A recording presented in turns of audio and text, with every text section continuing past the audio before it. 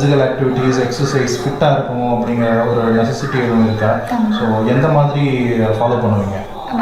Fitness வந்து ரொம்ப ரொம்ப இம்பார்ட்டண்ட் ரேசிங் பொறுத்த வரைக்கும். ரேசிங்னு இல்லை, லைக் எந்த ஸ்போர்ட் எடுத்தாலுமே ஃபிட்னஸ் வந்து இம்பார்ட்டன்ட் நினைக்கிறேன். ஏன்னா கிரிக்கெட்டாக இருக்கட்டும் இல்லை எதுக்காக இருந்தாலுமே ஸ்டாமினா வந்து ரொம்ப ரொம்ப இம்பார்ட்டன்ட். ஸோ அந்த ஸ்டாமினா வந்து நம்ம மெயின்டைன் பண்ணுறதுக்காக நம்ம வந்து ஃபிசிக்கல் ஃபிட்னஸ் வந்து பண்ணுற மாதிரி தான் இருக்கும்.